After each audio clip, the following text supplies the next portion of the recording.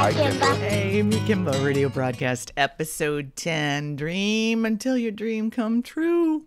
This is the second part of my audio and visual love letter, love cast to Aerosmith, Steven Tyler, to the power of music, what it can lead to, what it can make you conjure up, dream, all of that. In part 1, or episode 9, Uncle Salty told me, I explained how Aerosmith came to be my favorite band and how that at least partially led me to my career in radio. My love for the band definitely gave me a goal once I got into the business, and that was to meet Aerosmith, have Steven Tyler know who I was. And where I left off in part 1, I had met him without him knowing who I was, but I did finally get the chance to meet him. And then in January of 96, at Ocean Drive Magazine's 3rd anniversary party, there was an on-camera interview where I had mentioned in the particular magazine issue that I had asked Steven if I could be his harmonica in my next life, and he said okay. And that was regurgitated to him by a reporter. And here's how it went. And there was another gal that was interviewed who was in the magazine, Kimba. She's a DJ at a radio station here, who said that she would very much like to come back in another life as your harmonica. Oh, I like that. I like that. Kimba. Arrrr. Okay, so maybe now I'm on his radar. Sure, so that was January 1996. Now, they're in South Beach for a good chunk of 96, the band, and I keep hearing about all these Steven Tyler sightings, and I always tell everyone, well, if you see him, tell him I said hi, tell him I love him, and everyone's telling me that that's exactly what they're doing. They're telling him all of this for me, and I can't explain why I didn't go down there myself. I guess I just didn't want to seem stalkerish. Like, I had in my head how we were going to meet and how he was going to know me. And it wasn't just going to be this, I'm hanging outside of the hotel room kind of thing. And I was never sure if people were really telling him about this DJ who was saying hi and loving him until now it's March 17th, 1997, St. Paddy's Day. And there are 2 reasons I know this date. I remember it very well, and I'll get to that in just a moment. Aerosmith had set up a deal where they were, I believe they were in New York, but wherever they were live in a studio on camera, and via satellite, they were going to show up in selected cities, usually at a rock bar, and one radio station contest winner would be there to ask them a question. So our station was doing the contest, and you could see them and hear them, but they could only hear you. You had to talk to them over a phone when they came to your city. So Fort Lauderdale had been selected. Our station did the contest. I don't remember which bar it was at. Was it Reunion Room? I don't remember. The reason I remember the date very well, it was the night before the release of Aerosmith's 9 Lives album. And that's what this whole thing was about. But the main reason that I remember the date is it was exactly 1 week after my father died, and it was very unexpectedly at that. I was no longer planning to go because, I really just didn't even want to exist at that point. Just didn't want to do anything, go anywhere. And the fact that I wasn't going to go freaked my friends out. You know, she's not going to go. Aerosmith's going to be somewhere live. They're not in person, but they're going to be live on TV, and she's not going to go. And it was one of my best friends and colleague, Glenn Richards, who called me. And he said, they haven't come on yet. I was still at work. They're running late. You still have time to get here. Really trying to convince me to come out. Because at that point, I guess they were a bit worried about me, rightly so. And I told him I'd think about it. And I really didn't know until I got into my car whether or not I was going to go. And I just started thinking about it and realized that Aerosmith's always been a positive force in my life. I love the band. Their music makes me happy. Maybe I needed a little bit of that. So I went. And the winner asked me if there was anything I wanted him to say or to ask. I don't know that I gave him the question. I think he already had a question in mind, but I did. So I said, well, after that, can you just tell him that Kimba says happy birthday? Because it was March 17th and his birthday was the 26th. So I said, can you wish him a happy birthday from me? Band pops up on the screen, and they're still talking to another city, so we can kind of hear what's going on there. Then they come to Fort Lauderdale. Guy gets on the phone, asks the question, and at the end says, oh, and Kimba wanted me to wish you, Steven Tyler, a happy birthday. So the band and Steven, mainly Steven, proceeds to answer the guy's question with no acknowledgement that I had wished him a happy birthday. So I thought, oh well. After he answers the question from the guy, all of a sudden I hear, and Kimba. And it took me a half second, like, did Steven Tyler just say my name? And then he kind of leans into the camera, and Kimba. I kept hearing about her coming to see us while we were recording there on South Beach. Is she there? Put her on the phone. Is she there? Put her on the phone. What? So I go over and I grab the phone and I say, hi. I honestly don't remember a lot of the conversation. I know I mentioned being his harmonica in my next life, which amused the rest of the band. And he was waiting for me to come see him in South Beach. And when I didn't, out of frustration, he wrote the song Pink for me. I do remember at one point, I just stopped talking and was just staring at them on the screen. And there was just this moment where no one was saying anything. And finally, Steven says, well, we got to go to the next city, Kimba.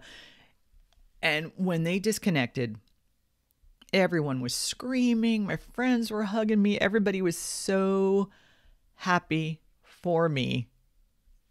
But perspective, I felt like I was just my head was going to explode.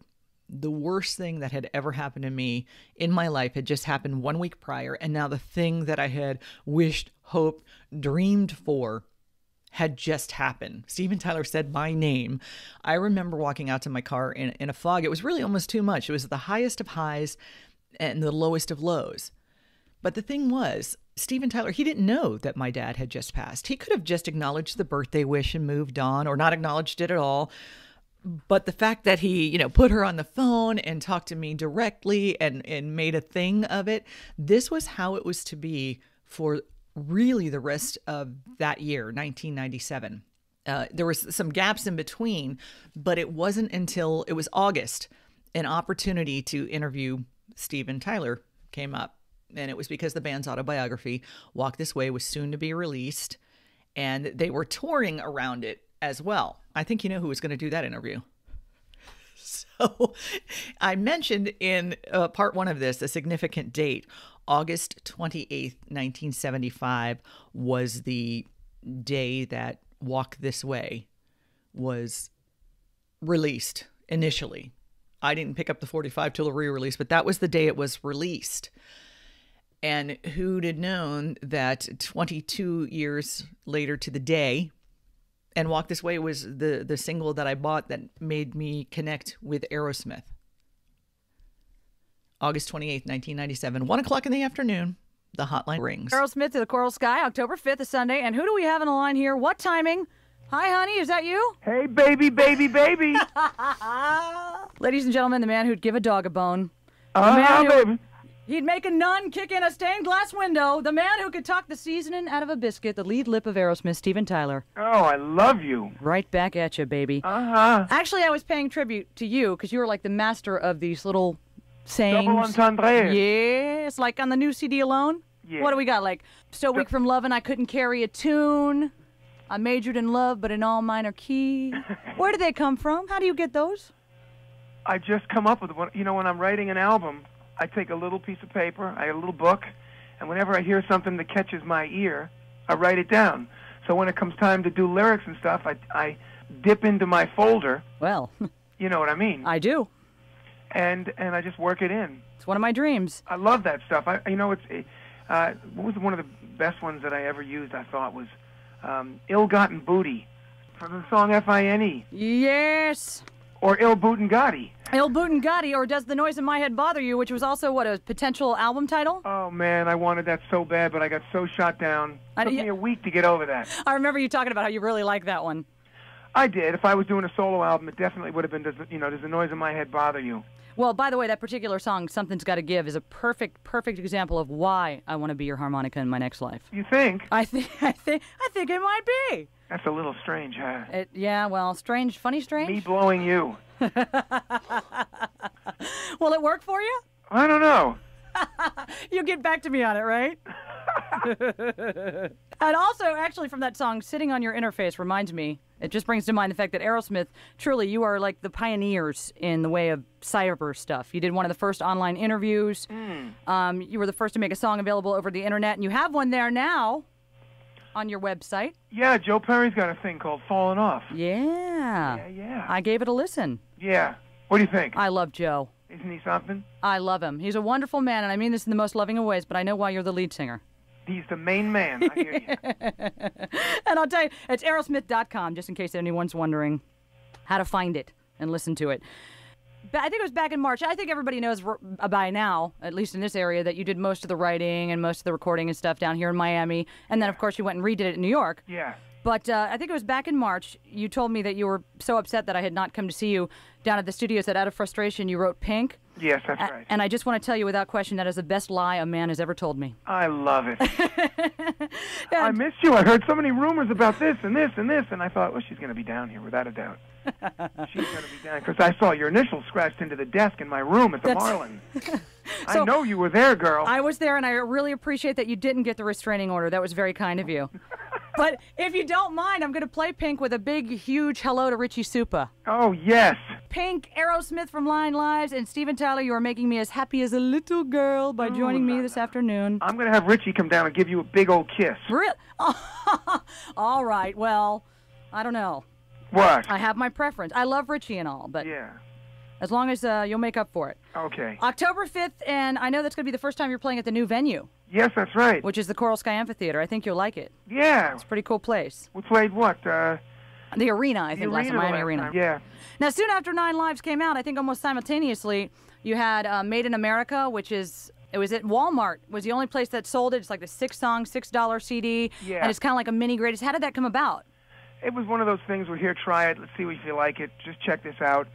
That's pretty cool. It's got a previously unreleased version of One Way Street on it, so it's kind of a cool deal. Yeah. We don't mind. It's one of those things. The more Aerosmith, the merrier. That's what I say. Yeah, I think so. Yeah. I know you guys have a reputation for doing covers of not necessarily what would be considered rock and roll songs. You kind of make them that way. What do you think of Garth Brooks doing a cover of Fever? Ooh la la. That's a long and in-depth interview. That's a major interview right there. Is that a whole other story? Yeah. Yeah, but we'll talk about that in the book. Yes, the book. It was a wonderful thing, though. It was very cool in the beginning. I mean, we're good fans of Garth, and he took the song, and we thought, well, what a great thing. He's going to cover the song, and then he rewrote the lyrics and all, and it was cool. It was a good thing. What he about? Just played Central Park to 16 gazillion people. I know. And I think he opened the show with that song, so we're honored. Which is kind of cool. Yeah. It's a kind of cool thing to have 250,000 people watch a country superstar do an Aerosmith song, I think. That's right. Plus, he got get blacklisted in a couple of places for covering a rock song and being the the country boy that he is. Exactly. It's interesting how certain radio stations just don't get it. If he puts rags on his mic, they'll shoot him. I think you know that. What about the book, though? When's that due? The book is out, in November or something? Is it? Do you have a title for it? I believe it's called Walk This Way. Oh. I think it's out September 15th. Really? Yeah, sooner than we all think. And we're going to be at the Liberties in Boca Raton. Are you? Doing a book signing. I'm first in line. So quit your grinning and drop your linen, girl. It's done. And you're going to be there. Come on down and... When are you going to be there? Right around the same time, the book release? So. Yeah. Excellent. That is beautiful. I cannot tell you. This CD, this Nine Lives, it must be a jam because Jelly don't rock like that. Mm-hmm. And if you don't mind, I want to play another song from it. Would you? It's Hole in My Soul. And Yowzer. Aerosmith, October 5th at the Coral Sky. Steven Tyler on the line, which means my trolling has finally paid off. My trolling. I finally used the right kind of bait, and I got him on the line. Down, Kimba. At the end of that song, that Hole in My Soul, I noticed you add a little good night to the little chillins. Oh, yeah. Now, did you just... Was that a planned thing, or were you listening to that long ending and going, that sounds kind of lulling, kind of lullaby-ish? The night that I did that, both kids were in the studio behind the glass, and I was way out in the gone zone there doing my vocal, and they were sound asleep. They wanted to see how Daddy worked, right? So they were sound asleep, and I went, good night, Chelsea, good night, Taj. And it brought a tear to my eye, so I left it on, you know what I mean? I think I do. Those are the younger children, but I do believe that most everybody in the band, most of you have teenage children. Yeah, a few of us, yep. Yeah. Growing up as children of the world's greatest rock band, I know they don't know anything else. That's the only thing they've ever known, so it'd be tough to ask them what it's like. But now that they are a teenager, I think they have something new to deal with. How do the kids the teenage children deal with the fact that 99% of their friends have a crush on the person they call dad? I don't know. It's interesting. Me and my daughter, she was 16. I think we came out with Dude Looks Like a Lady, and she goes, Daddy, how could you? Which daughter's it, Mia? Mia. Now she's 18. It's, Daddy, lend me $1. Right, whatever you want. Just give me some money. I bring her out on tour with me. It's very cool. She's the voice in Pink where it goes, ooh, that's Mia. I did not know that. Yeah, she was out in the studio. When we did this in New York, it was like, come on down.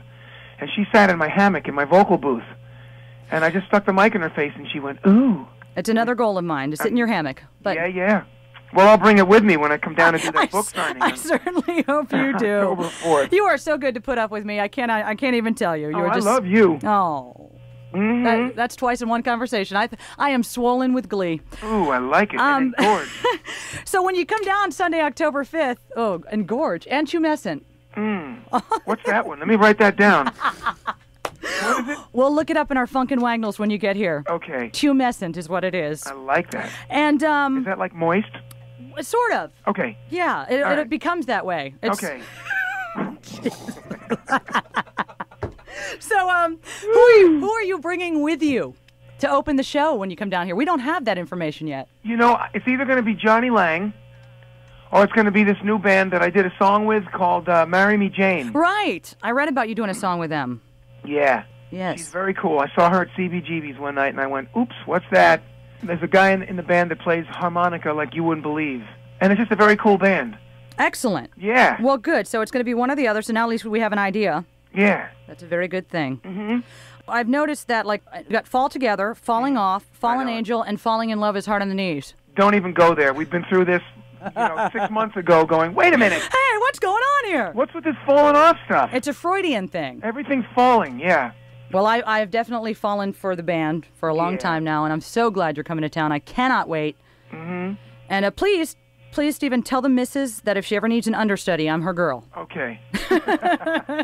So now I'm going to see you sooner than I thought with this book thing. I think so. That's very exciting. There will be a book signing October 4th at Liberty's in Boca Raton. That is just outside of West Palm Beach. That's my notes here. That is beautiful. Yes, and it's going to be between the two Florida dates, so you put it together. That's that's in Meisner Park there. We know where that is. I will be there. All right. With about 50 copies. You got it. Oh, thank you so much for calling in. Well, I love you, Kimba. That's 3 times. I know it. And as they say in France, you can ladle my vichyssoise anytime. All right, through a fine chamois. Oh! Ladle my vichyssoise.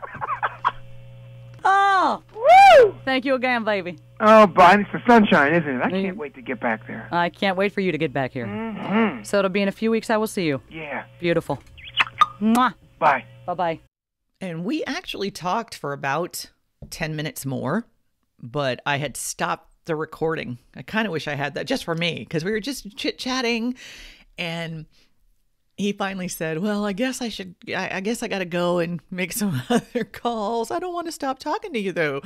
And people were in the studio for the whole thing. And again, the hugging and stuff. It was so nice to have so many people be so happy for me that I got to talk to him like that. Well, not long after this interview, my program director at the time, Dwayne Doherty, awesome guy, he comes in and says, you're not going to believe this. It's a good thing you're sitting down right now.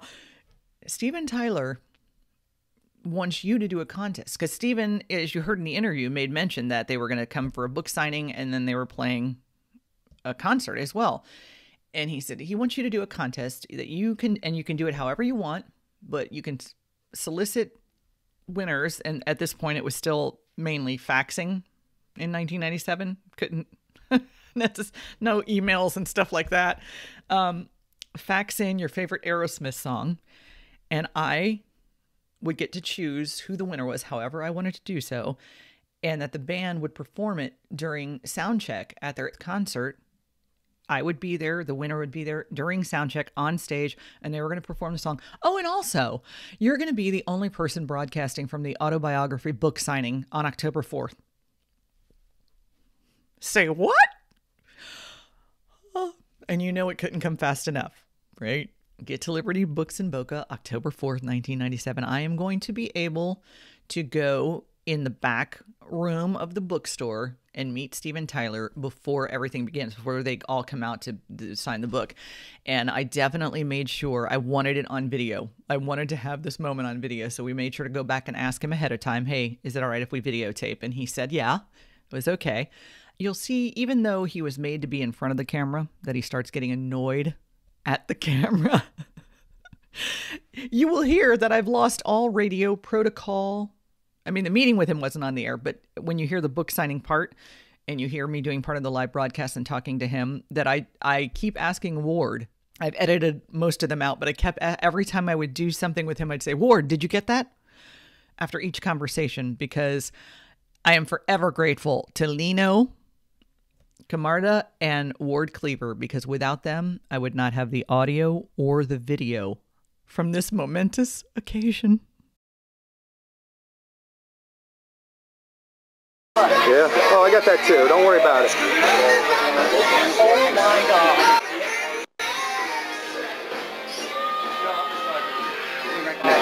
You've been doing a great job, and we really, really appreciate it. This is Mike. Mike is awesome. That's bringing me to Steve Tyler, so I'm forever in his debt. I love this man.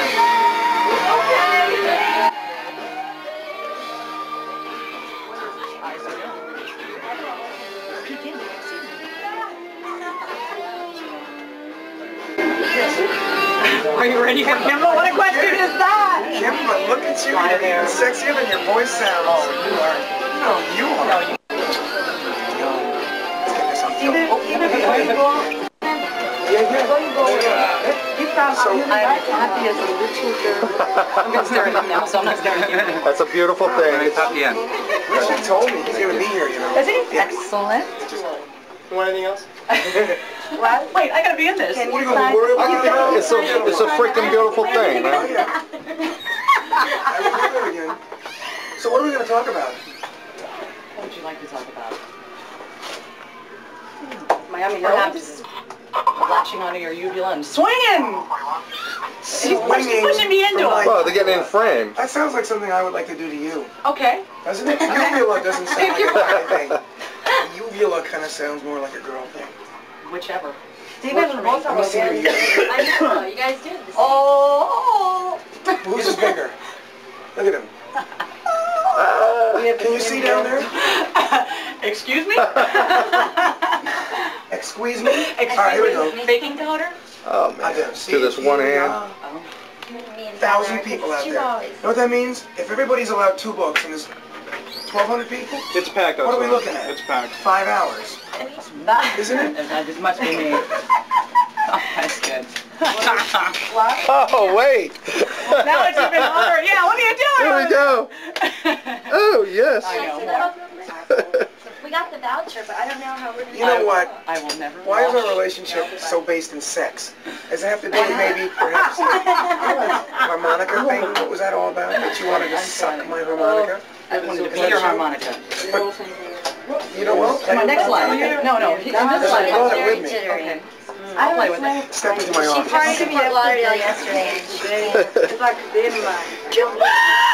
already used it. Okay. I'll see you later. I'll see you out there. Okay, Don't forget we'll to pester me to death. Will do. He blew into there. I will never wash this shirt, my chest, anything again. That's when I'll get you to snap me Did with I meet him. him? Did I meet him? Did I meet him? Man, he did some things to her. Yeah? Got it on film. I'm sweating.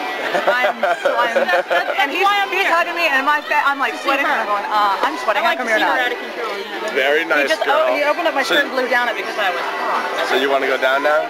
You want to leave? Go Yeah, home? let's go now. Okay, bye. Yeah, but the thing is, I said I didn't get that, and he did it again. So he says, when are you going on the air? I said, we're at a table right next to you. You're going to be right next to us? And I said, yeah, whenever you see me and you want to, and he goes, bother me.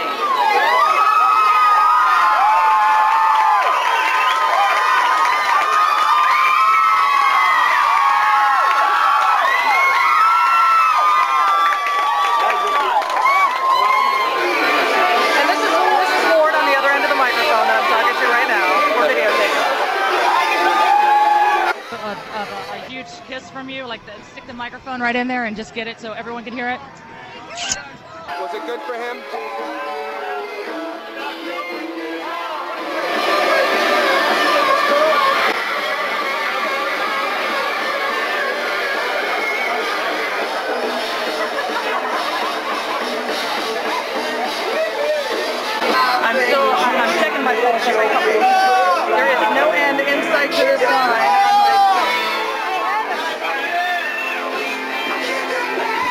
on the air again. You can hear that tomorrow night if you go get a ticket. You know what I'm saying? So Steven and I When earlier. you were born, you're afraid of the darkness. And then you're afraid of the light. But I'm Can not you explain that? But I'm not afraid when I dance with your shadow. How is your shadow, Kimba? It's all over you. Do you keep it clean? I try to. It's very important to keep your shadow clean. I'll keep that in mind. Important tips from Steven Tyler. You know, earlier. Explain what just happened. I am right You're now. just the sweetest. Oh, did you get that kiss on tape, perhaps? I got it. That's the second kiss. We were talking back earlier, and it was actually originally me that wanted to swing from Steven's uvula, but now we've switched it around. And now Steven will swing from mine. Yes, I'd love to swing from your uvula. I love when that happens. The most incredible visual when I say your uvula. And we actually compared, and yours is bigger. Yeah, it has to be. We're on the radio. I got to see Steve's uvula. And we're at Liberty's, and there's like no end in sight to this line, but you can still come down and. This is this. This is our. It's incredible. Can you believe there's entire families coming to see you? Oh man, I love it. I love it. Sold out tomorrow night. I'm in heaven. Joe Perry is not at a meeting. He's out water skiing. Up! So Joe Barry's having a good time. Well, he doesn't want that carpal tunnel thing. You know, he's got to play the guitar. That carpal tunnel. Kimba?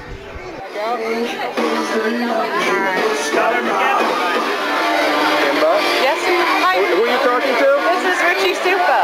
Oh, how you doing? How you doing? Good, good. My favorite girl. Yeah. You like that? Number one. Absolutely. The man who has connected me with Steven Tyler, right here. Beautiful. Standing right next to me, though, is a guy who's known Aerosmith for like ever.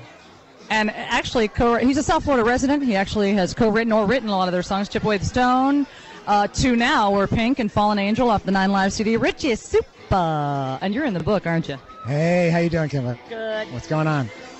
You want to talk about the book at all? What chapter are you? Did they dedicate a whole chapter to you? Actually, it's like somewhere around 470. I don't know which chapter it is. I think it's called Angel of Mercy chapter. I wonder what they were saying. I read the book and I looked at it and I go, I can't. That was me. I did that. No, not me. You know, so when you're reading it back, do you go, oh yeah, maybe I did? I suggest that in that section everybody put blindfolds on because it's a little harsh, but look at me now. So Richie's actually an authority, and he could tell you how much of this book is true. You know how like it's all. How much of the book is considered like totally truisms, and everything that you're reading, is it all true, or do you remember it all and go, yeah, that's exactly how it happened? As far as I can see, and I was there live during most of it, it's probably the most factual book you'll ever read on the band.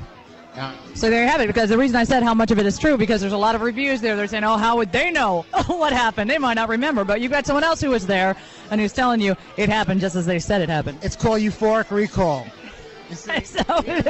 Even though you're high, it's called euphoric recall. I mean, it was true. We have been there, done that, got a T-shirt. So how many years has it, and bought the T-shirt. How many years has it been that you guys have actually been collaborating and writing songs together? How many years would it make it now? I started working with Steven in '78. I think I was the first outside songwriter ever to get a song written with Aerosmith. It was, how many songs is it now that you've written together with him? 5 or 6 that I've done. I did Chip Away the Stone, When the Lightning Strikes, which was their very first MTV video. I did Amazing. I did Pink. Bacon Biscuit, which couldn't fit on this record. It's going to be on the next record. It's kind of kinky. I love it.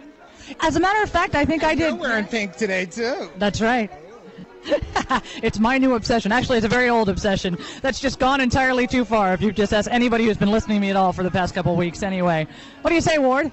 True? Yeah, true, right. Well, we'll grab a hold of Steven a little bit later, but thank you, Richie, for stopping by and chatting. Anytime. We love you. You know that, Kimba. Oh, thank you very much. How's it going? Welcome to In Your Face Productions. Today we're serving up a bevy of yum yum and more yum. So are you abusing Richie Supa or what? I was trying to. Yeah. What's up with you in He that? said don't believe a word of it. That was Richie Supa. Oh, wait, we've got a tearful moment here. Did you get that? This guy. We have a picture of, I don't know how old you are. 10, 12? 9. 9. He's 9 years old. I knew a French girl, but I think I'm 9 there. And you know, as they say in French, I'm little in your vichyssoise. As soon as possible. All right. and sift it through a fine chamois. There you have it. All right. I think I have to check my pulse again. It's me he was talking to. Okay? It's me. I'm the director, I'm the cameraman, I'm the producer.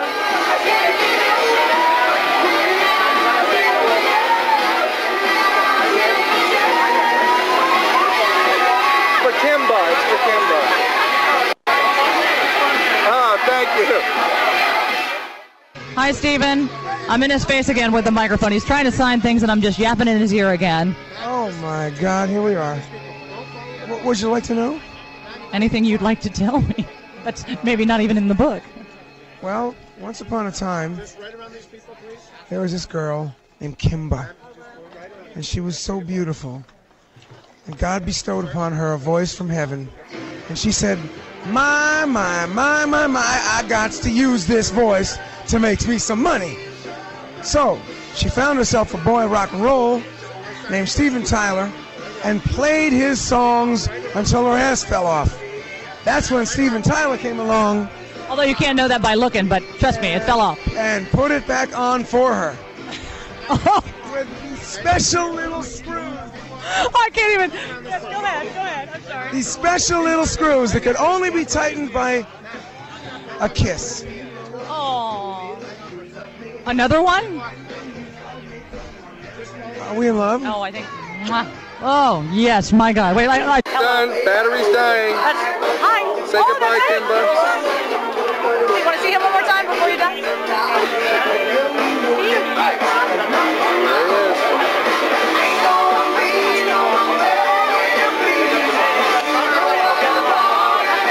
Yeah, that went pretty well, don't you think? I love that story. It's my favorite story, really, of all time. And looking at that video, I feel like one of those packages of cheese, aged 23 years. 23 years ago. Damn. A little while after the bookstore appearance, a lovely woman by the name of Michelle contacted me and said, Kimba, you are going to love me forever. I'm going to send you something. Give me your address. It ended up being, she captured when I asked him if I could record the kiss, and I have it in pretty much every form you can think of, on socks, in frames, wallpaper. Not really. So then the next night, I'm on stage while they're performing the winning song, which was Hangman Jury, which they do a lot in Vegas now. There is no video, but I from the sound check, got a photo or two, and he does stop by me, and I'm sitting in a chair. I've got the phone up to my ear calling the radio station, and he comes up to me on his way to the front of the stage. This is the winner. Hi, yes, I am. I'm on the air. What else do I do? How many people are you talking to? I am talking to anyone who's listening. All of the... How are we going again? Oh, another kiss. You gotta love when that happens. And for that show, on October 5th of 1997, I still didn't know automatically, just because I was in radio, and I think a lot of times it's thought that we always get like the best seats, and it's not always the case. We get decent seats, but I got upgraded, thanks to John, to front row center for that show. And after his crying harmonica solo, he tossed out the harmonica into the crowd, but it took this rogue bounce and went between the fence and the stage, and no one could get to it, but everyone was trying, and so they weren't no longer paying attention to what was going on the stage. So it was signaled for get the harmonica. So these people, well, again, John jumps down, gets the harmonica, walks it over, and hands it to me. And that was because Larry, who also worked the venue at the time, thank you, Larry, she was pointing over my head, like, give it to her. So I got the harmonica, and I got to go backstage after the show as well. And Steven came up to me and said, where were you, girl? I was looking for you to give you my harmonica, because now that's our running joke, right? And I said, oh, you mean this one? And I whipped out the harmonica. Speechless again. He knew it was his, and he signed it. And yes, I have it safekeeping. My name is Kimba. Kimba. Yes. I just wanted to call and assure you that yesterday was not a dream. It was a reality that we're here. Maybe you woke up this morning thinking it was some kind of, maybe for you, a wet dream. But, I did. I really did. I So how can't was it? believe it. I cannot believe what happened all this weekend. Yeah, how's that good for you, huh? It was. He was wonderful. You know when you're just idolize someone or worship someone, whatever it is, for years and years and years, and then you meet them and they're just as cool. Oh yeah. That's it. There's not too many people like that in this world, unfortunately, either. I know. That kind of money and that kind of popularity, they can come down to earth with everybody else. I'm telling you what. So Aerosmith, Steven Tyler especially, came down to earth and sent me into the stratosphere. I've still not landed yet. But what is so special to me, and the reason why I wanted to do this kind of thank you, love letter, love cast to Aerosmith and Steven Tyler especially, 1997, the CD release, that call that happened in March where he got on the other end of the phone and said, Kimba, to the sound check, October 5th.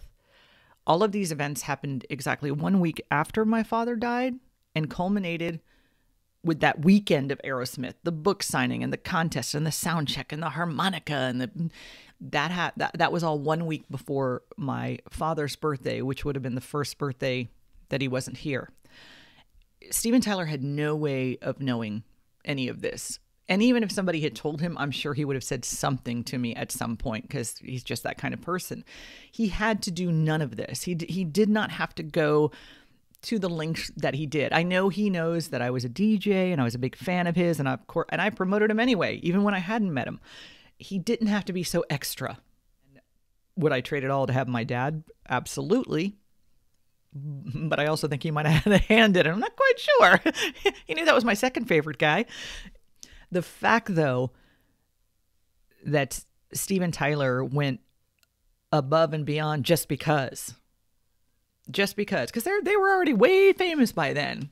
But the fact that he did the stuff that he did that year in that particular time frame made a year that could have been so incredibly much more horrific for me.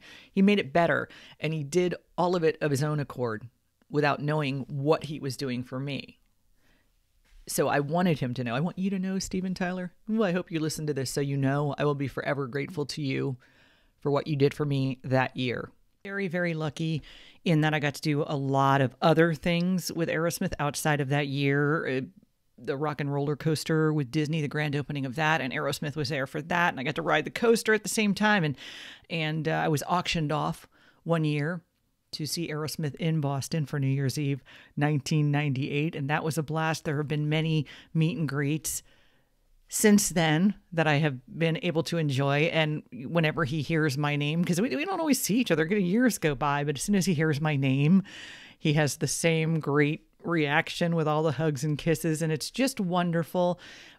And I just wanted to do this podcast to thank you, Steven Tyler. I really hope you get to listen to this to know just how much you and your music has done for me in my life, and I so much appreciate every last bit of it. And I also wanted to do this to let you know that you can dream yourself a dream come true. If you have something you're very passionate about, like as this little kid from Carroll City, if you would have told me, oh yeah, you're going to grow up and you're going to first wear Steven Tyler's face on your shirt while you meet him, because that's not creepy, but I can't imagine why he'd be creeped out by that. But you're going to meet him, and he's eventually going to know who you are, and he's going to hear your name, and he's going to hug you, and he's going to kiss you. I would have said, you are But there it is. I wanted it to happen. I dreamed for it to happen. I worked for it to happen. I waited, was very patient about it. It did take quite some time for it to actually happen, but it did happen, and it can happen for you, whatever your dream or goal is. Thank you for being one of Kimba's Herd. Thank you for listening to me, Kimba, radio broadcast episode 10. Dream until your dream come true. This Kimba's on the radio.